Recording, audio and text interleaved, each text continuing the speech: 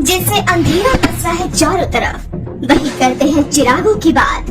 ये नब्ज बिहार के राजद कांग्रेस गठबंधन पर ही शायद लिखी गई हो, क्योंकि जिस तरह है वे विशेष राज्य के दर्जे का हल्ला मचाए हैं, वो चोर मचाए शोर का जीता जागता उदाहरण ही है। बिहार सदा से ही विशेष था, इतना विशेष कि संपूर्ण भारत अपना विशेषण भारत की जड़ों में ही खोजता था। सिर्फ प्राचीन काल में ही नहीं, आजादी के बाद भी बिहार समृद्धि और विकास का अग्रदूत था।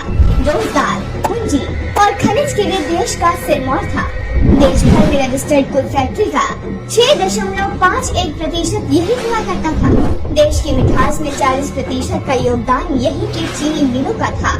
यहाँ औद्योगिक विकास का अंदाजा इसी से लगाया जा सकता है कि मात्र मुंगेर में आईटीसी के कारखानों के साथ 39 बंदूक कारखाने थे। डालमियागंज औद्योगिक हब था और भागलपुर में 10,000 से अधिक हैंडलूम केंद्र थे।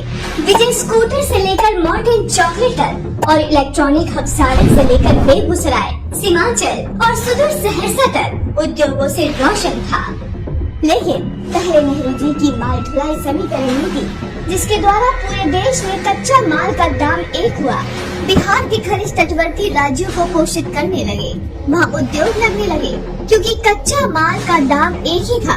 फिर केंद्र और राज्य की कांग्रेस सरकारों ने निजी चीनी मिलों और उद्योगों का सरकारीकरण किया। वहाँ अपने चाटुकार प्रबंधक बिठाए और कुछ ही समय में सारे उद्योग कांग्रेस नीतियों के भेंट चढ़ गए। रही सही कसर लालू ने पूरा किया। अपने गुंडा राज, अवैध उगाही, फिरौती और रोज रोज के प्रबंधन में हस्तक्षेप से जीर्ण बिहारी उद्योगों में अंतिम कील ठोका। जिस कांग्रेस राजद गठजोड़ ने बिहार से उसका विशेष दर्जा छीना, वही आज इसे खैरखा बनना चाह रही है।